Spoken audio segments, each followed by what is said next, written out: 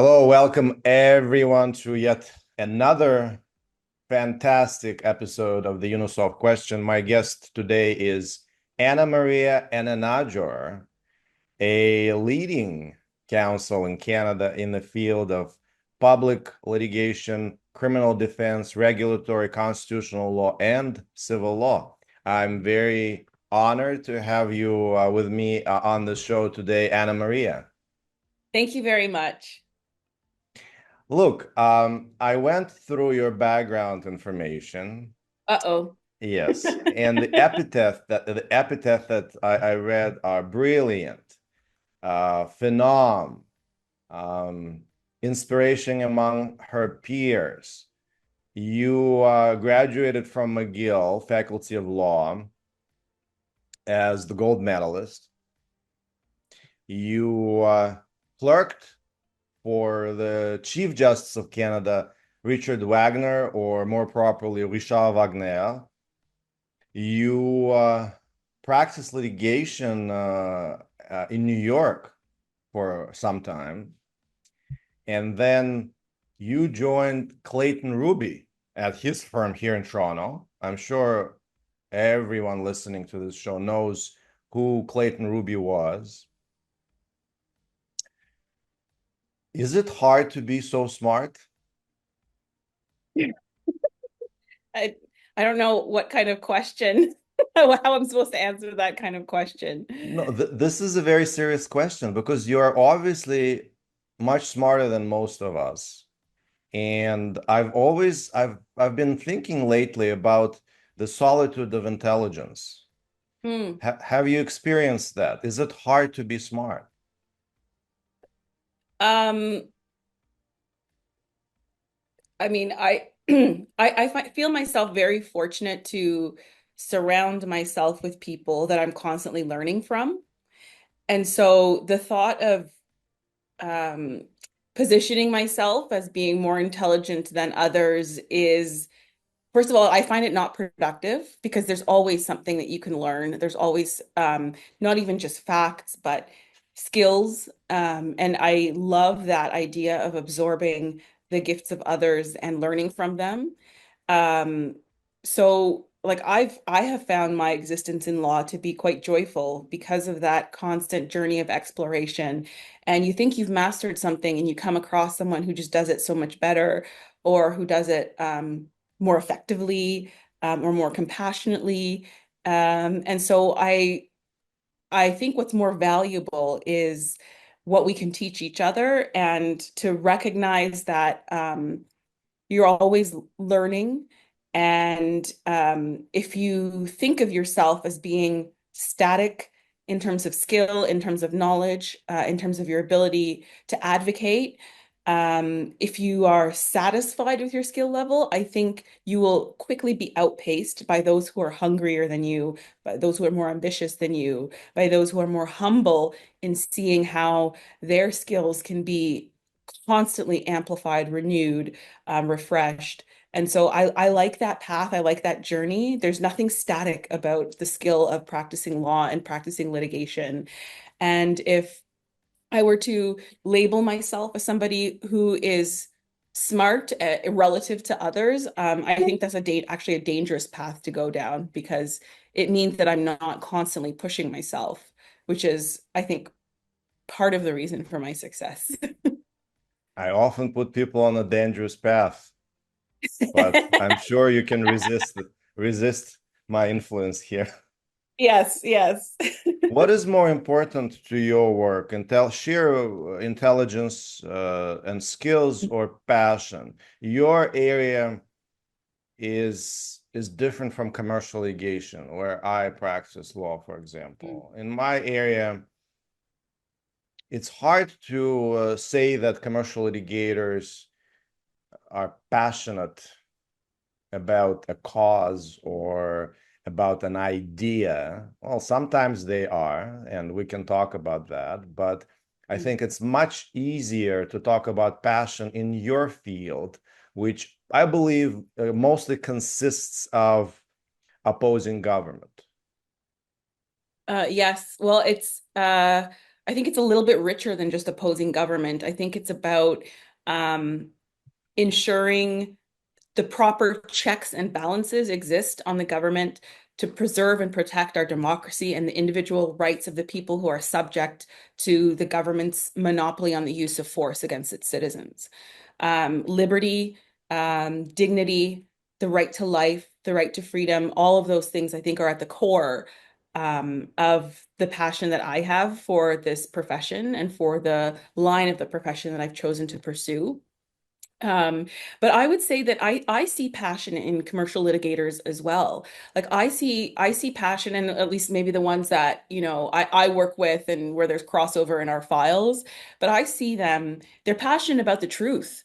They're passionate about their client's predicament. It may not be the sort of meta lofty goals and principles that are sort of always brought to the forefront in criminal litigation, where it's such a stark, where the sort of opposition that exists between individual rights and the state are so stark and quite upfront. But I do find that there are commercial litigators that I've encountered that I work with. My partner Brian Shiller does commercial and civil litigation, and I see him being passionate about fighting for the underdog, even in commercial disputes, about fighting for the truth, about not letting slimy, swindly corrupt business people get the best of people who are honest and have integrity and who fill our marketplace with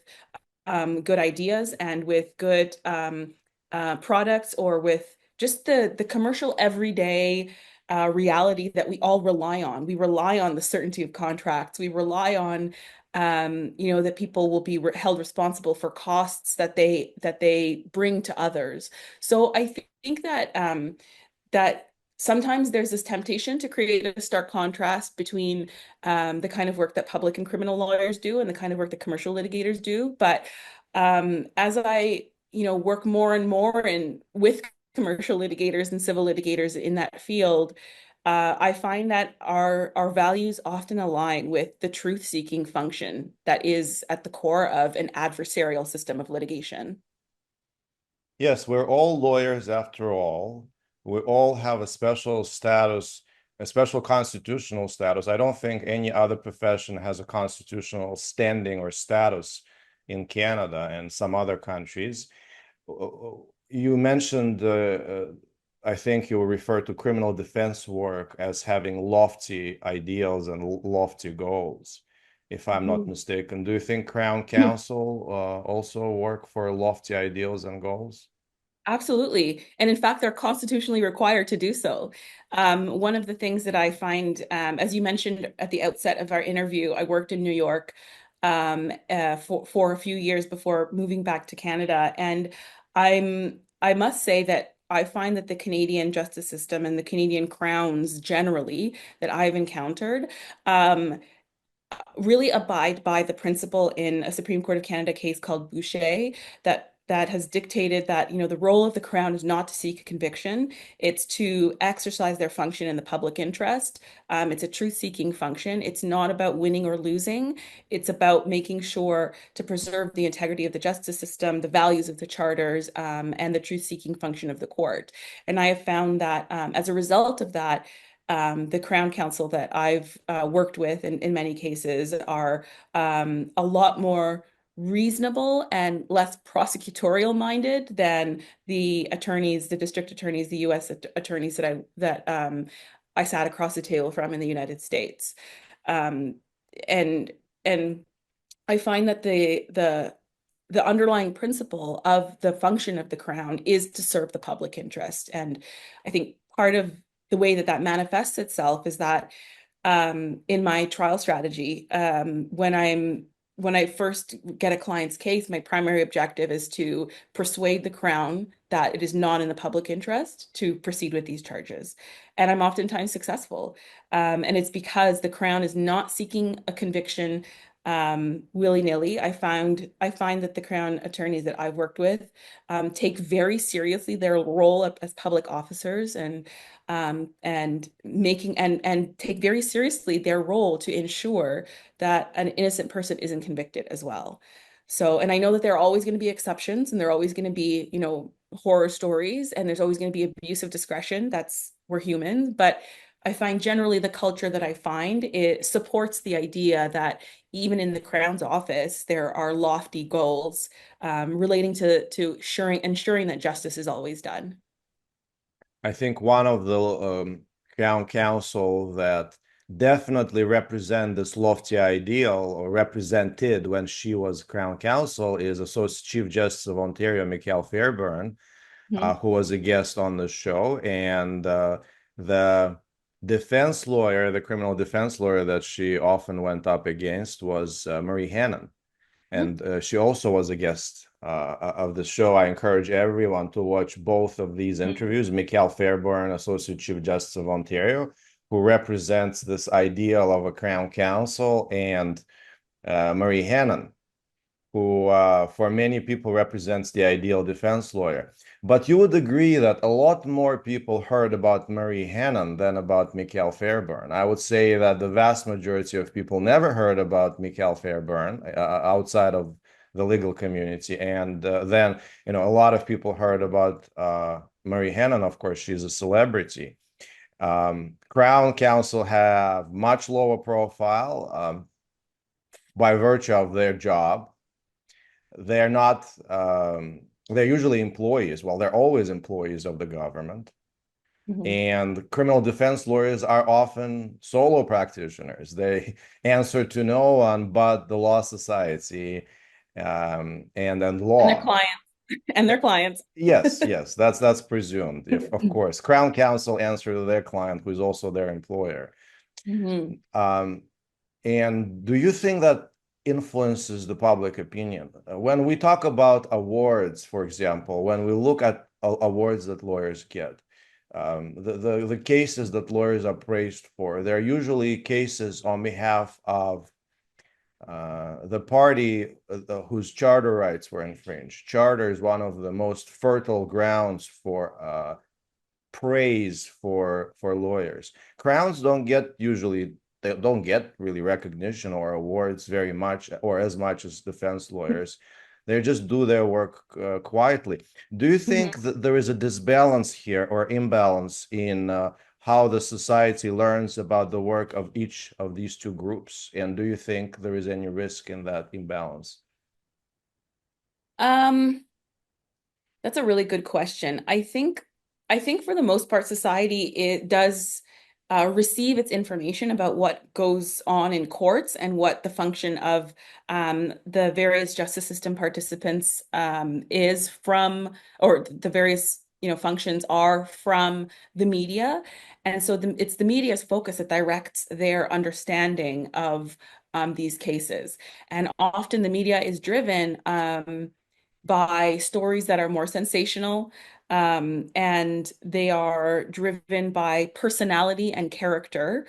And a lot of um, the leading lights in the criminal defense bar, like Marie Hennen, like my former partner Clayton Ruby, have very strong personalities and characters, which translates into very attractive profile for people to examine and sort of be curious about. Like I remember in the um I remember early on in the Ghomeshi when Gian Ghomeshi was arrested and it was learned it became news that he was going to be defended by Marie Hennen. Everybody wanted to know like who is this him, and there was a lot of stories about the firm website and the style of photography and the sort of people were making reference to the fact that it was very branded, it was different than any other website, and crowns just don't have websites that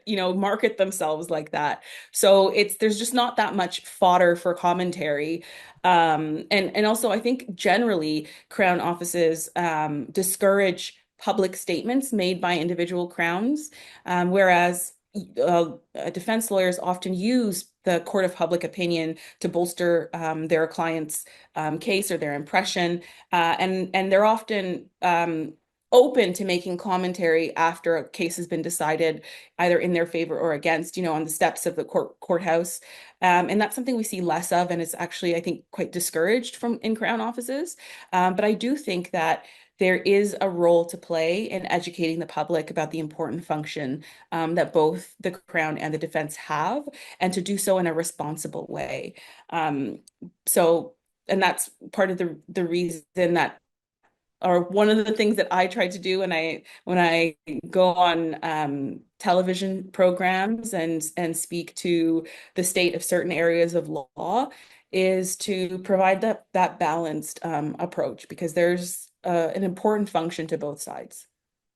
Let's take a short breather from this very serious discussion and talk about your story, your personal story, your personal path a little bit. I know that you did your undergrad at U of T and you majored in Yes, international relations.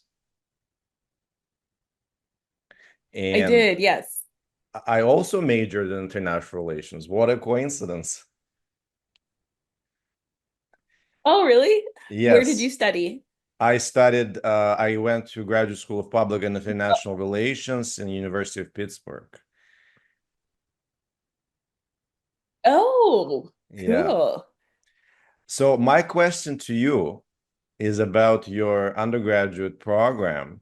Your minor, I think, was Christianity and culture, according to your LinkedIn at least. Yeah, actually, it was a double major, international relations and Christianity and culture.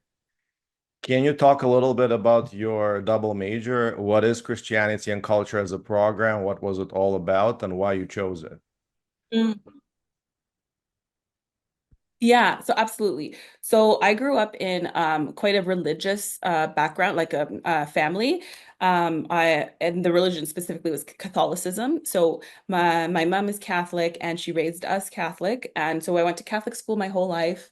It was all I knew. I went to Catholic high school, and then I went to St. Mike's at University of Toronto, and I was always a very questioning individual. I always wanted to learn more and to ground everything that I did in knowledge. And so when I got to my adult years, I started asking myself, like, what is this Christianity this Catholicism that informs my worldview, that it's the way that I see the world, because that's how I was raised. And the University of Toronto at St. Michael's College had this interesting program, which was Christianity and culture, which wasn't precisely a theological program. So the difference between the study of theology and the study of religion is that religion is sort of an objective study of a religious phenomena out there in the world. So it doesn't come from a position of belief. Whereas theology, which is the form of study where that actually underpins a lot of seminary work. So if you are training to become a priest or a nun or a monk or something in a lot of different traditions, a theological education is an understanding that comes from a desire to grow deeper in your faith, in your religious beliefs. So it's not sort of an objective study of a phenomena out there. It is, as a Christian, what am I doing with XYZ? And the program at St. Michael's College was more towards the religious studies. So growing up in Catholic schools, I was learning religion, but it was from people who were religious and who believed in it, right? So there's some questions that you couldn't ask. Whereas if you're learning religion, someone who does not believe in it at all could still study it and understand it and learn about it and have interesting insights into it. And so I entered the Christianity and culture program because I wanted to understand um, the development of this phenomenon called Christianity that has influenced so much of modern human history, and to just become more informed about the beautiful aspects of it and the ugly aspects of it as well. And so it was a really interesting program that allowed me to do that, and I enjoyed the courses immensely, and the faculty were wonderful and very open-minded and intellectually curious. And like I took courses like like the theology and science, and where I wrote a paper on like the theological implications of like extraterrestrial life, and then studied also, about the history of Christian missionaries in Asia and how unsuccessful they were in some countries and how successful they were in others, and why, as a sociological phenomenon, and a political phenomenon, why that happened. So it was very interesting for me because it cast what I had grown up with in a different light. Interesting. How did the study of Christianity and Catholicism affect your choice of further study of your profession ultimately? Did it really have any influence on you in deciding to be a lawyer, and then in how you shaped your law practice? Um, I think it did. I think one of the things that was always very central to me in my personal faith journey was the sense of justice and social justice. And I had always looked up to um, individuals that were heralded as important in the Catholic Church, like Archbishop Oscar Romero, who was a fighter for social justice and for the rights of the poor in Latin America. And so that I think those ideas had always been in my mind, this notion that faith must be acted upon and it must inform justice for all. And there are a lot of values that I think my faith instilled in me.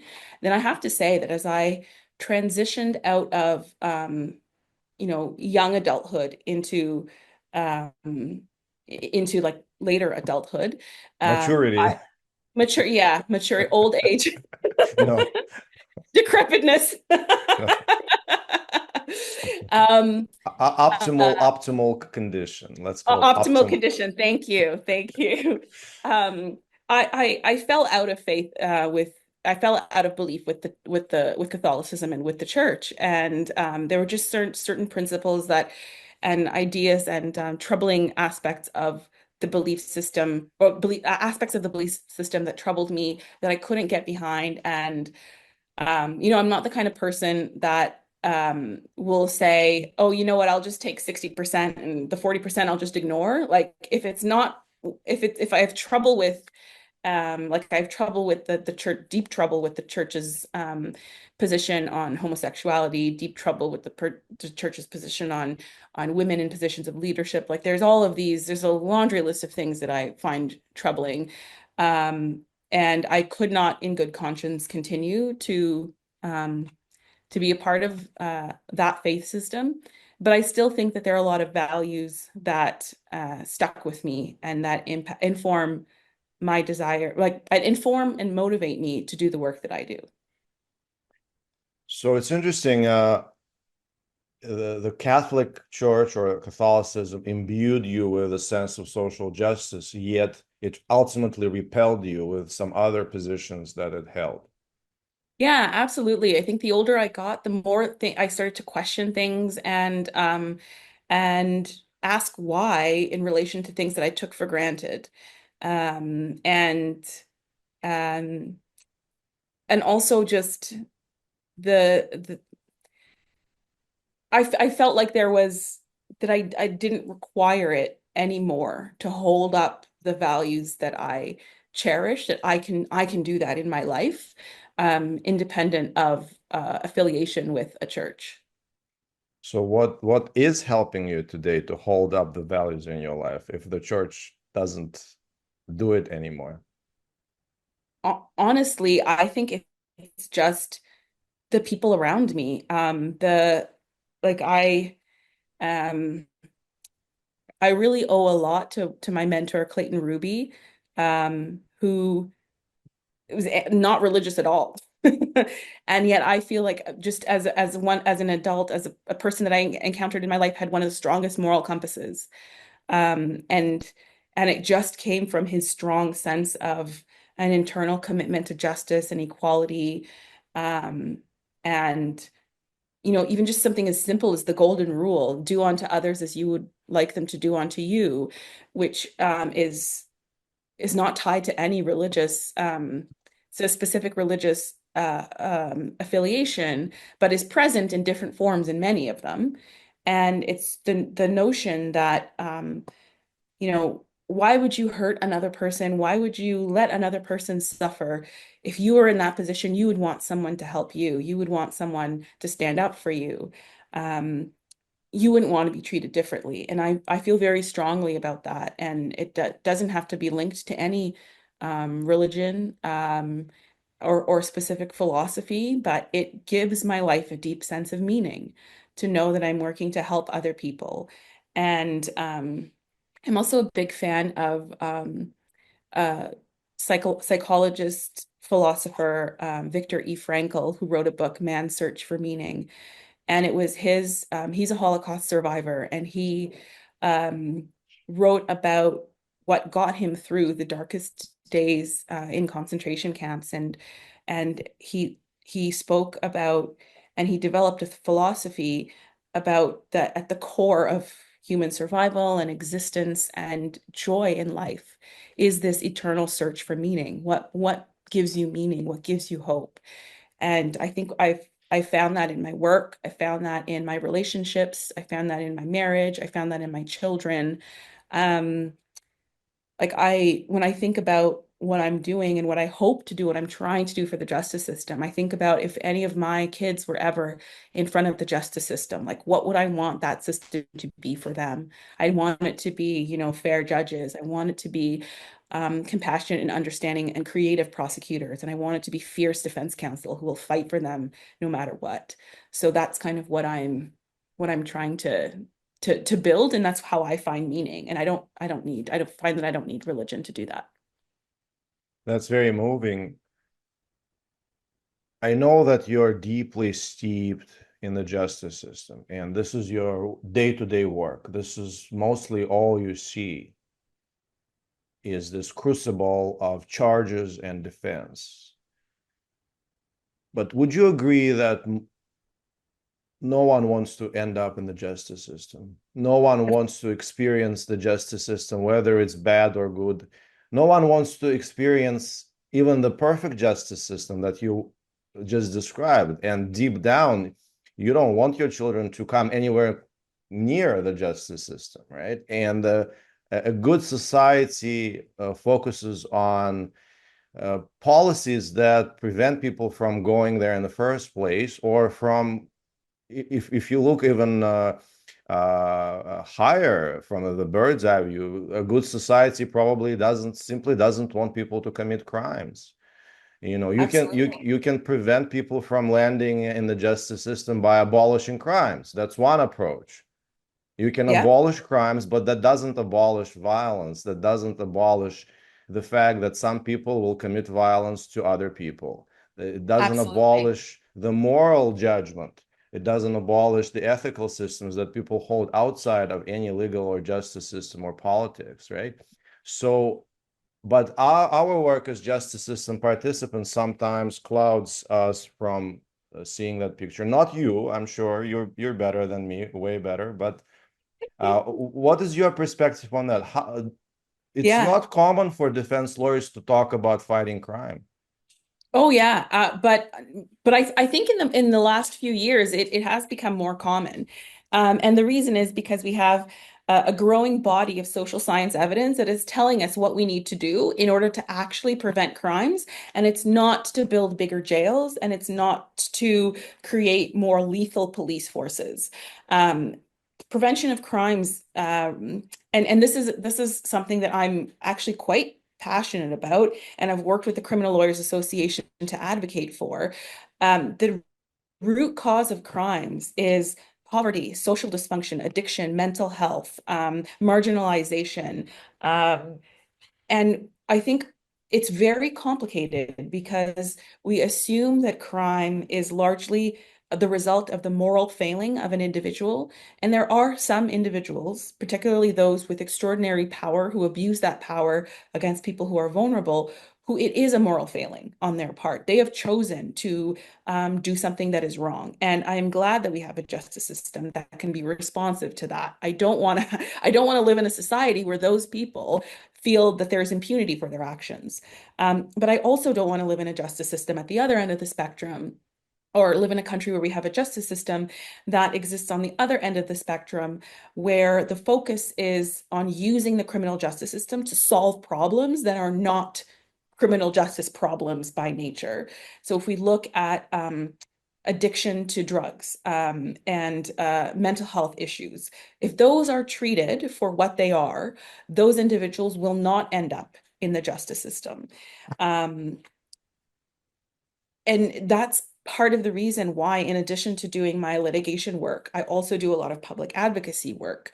Like I founded Cannabis Amnesty, which was an organization that sought to, that actually successfully lobbied the government to implement a regime of record expungement or record sequestration for all individuals with simple cannabis possession on their records, an offense that's no longer a crime.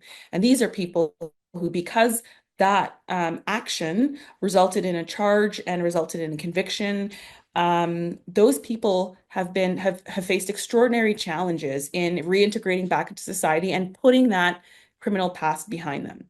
And that seems counterproductive to the kind of holistically sound society that we want to live in. So I think, like, I'm deeply interested. I often testify in front of House and Senate committees for justice and human rights about issues relating to new pieces of legislation that are coming up, because I think it's so important that we understand that we cannot use criminal laws to solve not criminal problems, to solve problems that are social, economic, um, uh, uh, historical trauma, mental health based problems. We should not be using the criminal justice system to do that. And we've had so many studies and reports right now that show that we are and we do continue to do that. If we look at the over incarceration of Indigenous people in the criminal justice system, um, a lot of the actions that result in the interactions with the law, the root cause of those interactions with the law, with those antisocial behaviors, is the intergenerational trauma that people in Indigenous communities have experienced at the hands of the Canadian government. So it is important for us to recognize that and to not to understand that there is a spectrum of moral blameworthiness and responsibility that individuals have when it comes to their own actions. And some people who are victims of the system have no choice but to behave in a certain way to soothe their trauma and anguish in a certain way through drugs, through alcohol. And that ultimately leads to more self-destructive behavior, including criminal behavior. So if we understand that crime is a socially complex phenomena, I think we're better placed to solve it. I don't think you'll find any criminal defense lawyer saying we love crime. It's I'm sure those exist. well, maybe, perhaps, but I feel like We the love crime. I love crime. I love criminals. Oh my God. I love, but you know what? They I pay the feel for fees. criminals. So they pay, yeah, well, some of them. And then there's a legal aid problem as well, but Yeah, that's for another yeah, discussion. But I think it's we understand how complex this is, and we yeah. It is often come complex. from communities and backgrounds where we have seen the criminal justice system being used improperly to solve problems. So I'm very curious about something. Maybe you will cast some light on this. You worked in New York um, Yes, between October 2013 and April 2015. And then in April 2015, you joined Clayton Ruby's firm in Toronto. that's right. Tell me the story. So what happened? You lived this fancy New York life in Manhattan, nice dinners, dates, whatever, like fancy TV style court appearances, whatever it is there in New York that they do. But then Clayton Ruby, and I want to talk about him, by the way, as part of this question, hired you, you came to Toronto. Tell me the story. Yes. So while I was working in New York, I worked for a wonderful firm, Ropes and Gray. They were very, just like a very thoughtful firm. Everybody that I worked there was so conscientious and smart and really good mentors for me. I had a few good mentors and some people I still keep in touch with. And um, I just didn't find the subject matter of the work to be that fulfilling. And as you can probably gauge from our last, half an hour of conversations, like I don't like being unsatisfied. I have to continually push for the optimal solution. Condition. Yeah, optimal condition, exactly. So I the firm that I was at had a really strong pro bono program, various different organizations, and encouraged their associates to participate in these pro bono programs because it was one of the ways that associates who were junior could get in court experience, sort of on their grant on their feet experience, because the multi-million-dollar files are staffed with a lot more lawyers, and you're the most junior, you will almost never see the inside of a courtroom. Although I did because I had a wonderful mentor. But the pro bono program afforded me an opportunity to get involved and to take on more responsibility and to gain more skills in litigation. And one of the cases that I was working on was a class action lawsuit against New York City Department of Corrections for abuse of prisoners on Rikers Island. And Wow. yeah, and I worked very closely with the lead lawyers on that file. And it was through that work that I became more educated about criminal justice. I had taken crim in law school and not been and worked on some crim files while I was at the Supreme Court of Canada. But it wasn't really until I that was shocked and taken aback and felt like this was something that I had to do, that I had to be a part of in fighting because there was so much inherent unfairness. And at the same time, so this was around, as you mentioned, 2013, 2015 to 2015. Um, Stephen Harper was Prime Minister of Canada, and he had passed a few years earlier a number of tough on crime policies that were very reminiscent of all of the of the anti-crime and tough on crime policies of the United States that we were now seeing the failure of while I was in the US. So like things like the three strike rules, mandatory minimums, all of those things. And I was inspired by the work of criminal defense lawyers like Clayton Ruby, like his partners at the time, Gerald Chan and Nader Hassan, who were fighting against these laws, who brought constitutional challenges, who fought for their clients, and who were saying, look, I don't care if you are the Prime Minister of Canada, what you are doing is wrong. It violates the Constitution and it violates my clients' rights. And I was I so wonder, inspired by that. I wonder how many criminal defense careers Stephen Harper launched. But I know. the criminal Yeah, so defense I bar was should be thankful to you. I know. I know, I often think that. Because I remember just sitting in my office and just reading. I was, like you take a break from work and you're just reading the news and you're scrolling down and you're like, oh, hell no, I got to come home and do something about this.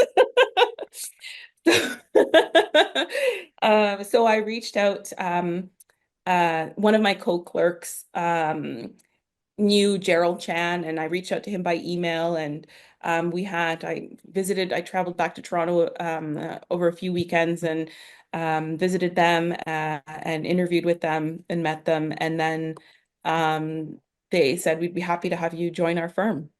And the rest is history.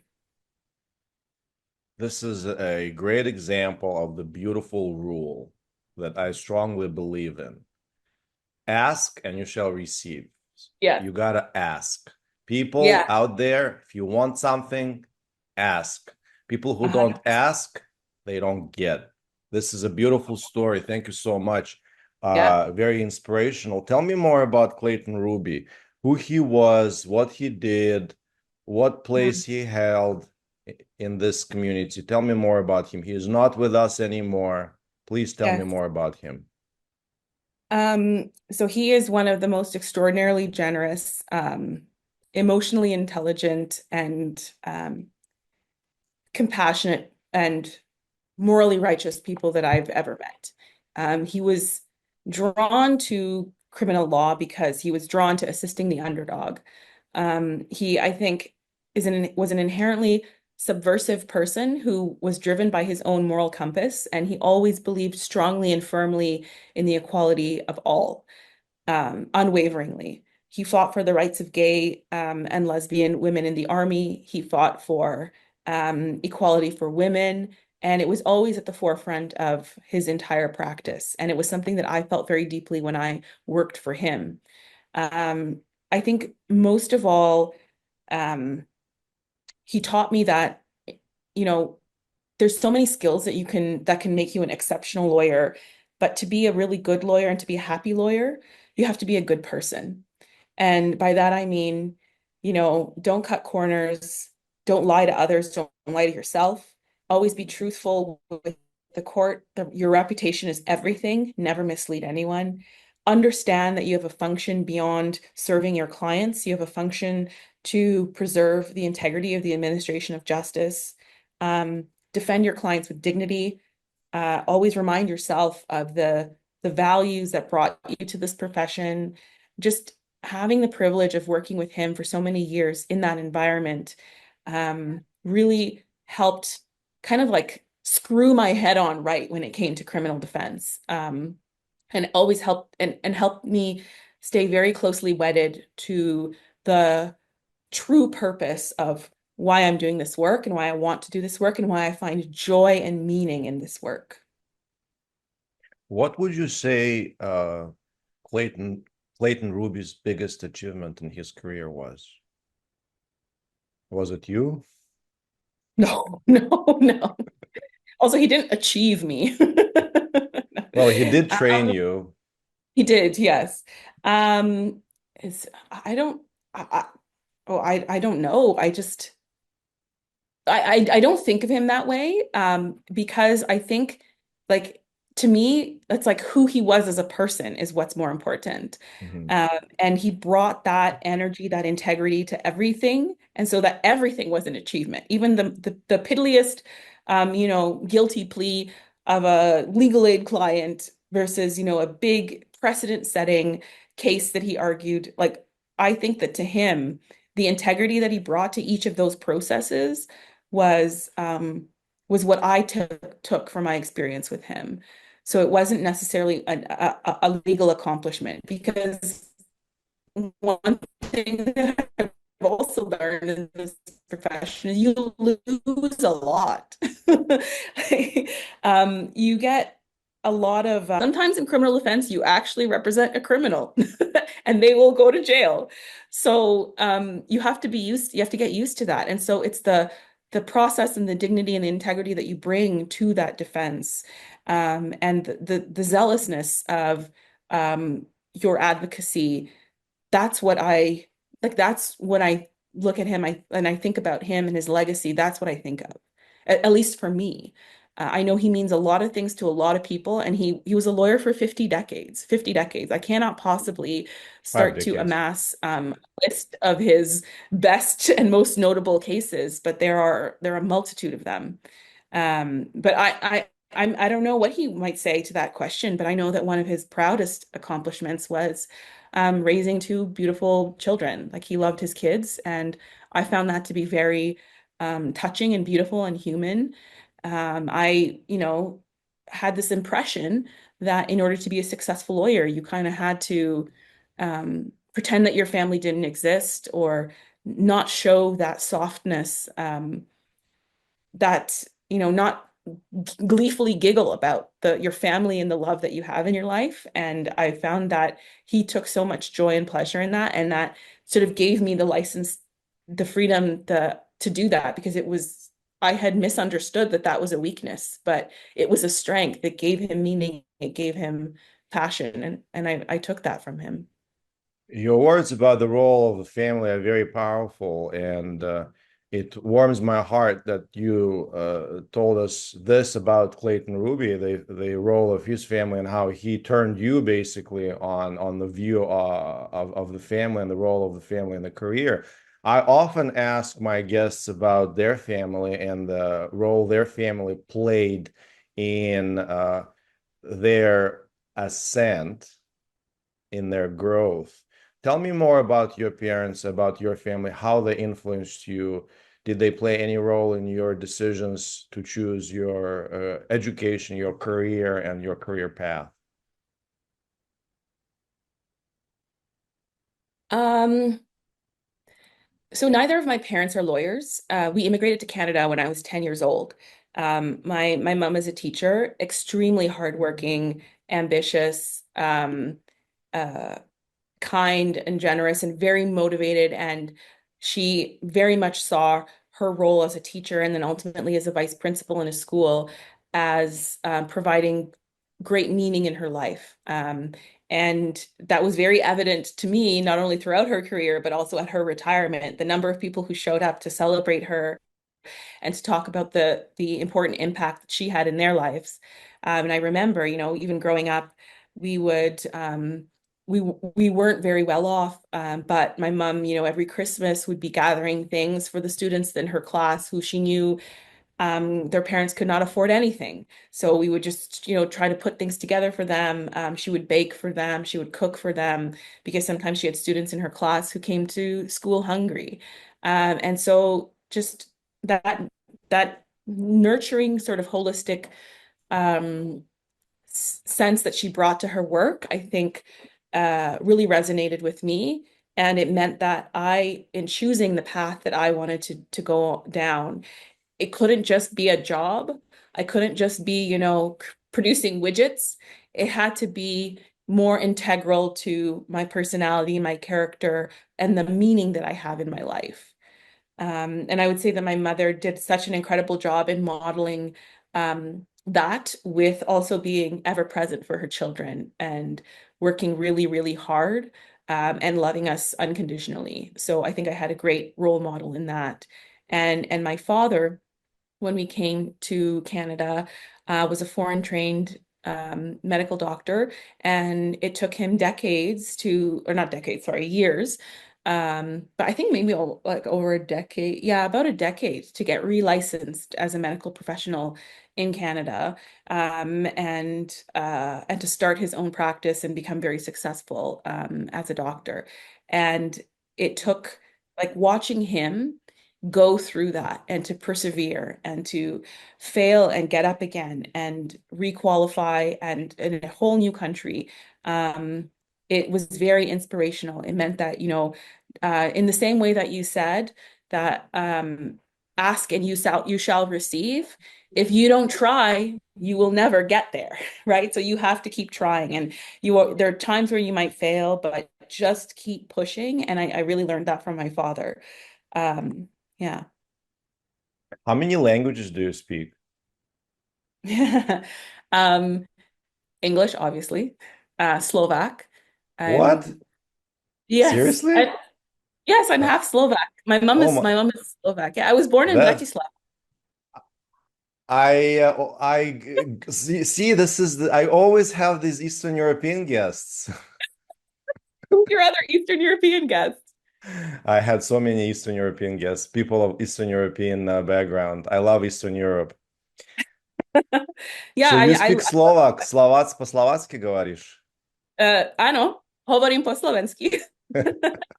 So- Oh, говоришь, so you speak Russian. yeah, of course. Oh, yeah, yeah, yeah. That's my Cool. first language. Oh, well, That's amazing. That's great my to mom is a know. Russian. Before moving to Canada, my mom was a Russian professor, so she speaks Oh, Russian. well, you have to introduce me to your mom. She would love it. Yeah, Yeah, and she we loves have to speaking chat. Russian. That's awesome. So how many languages? So English, Yeah, Slovak, and French. English, Slovak, and French. Tu parles français, bien sûr. Oui. C'est génial. Je l'ai appris Well, ici. Anna Maria, this has been a tremendous pleasure and a learning opportunity for me. And I'm sure that our large audience also will have learned so much by the end of this interview when they finish watching or listening to it. Thank you so much. I really appreciate it. And I wish you all the best in your career. I think it's just starting, and the greatest things are still ahead of you. Thank you so much, Anna Maria. Oh, thank you. I really enjoyed reflecting on the questions that you asked. They're very thoughtful, and so thank you for that.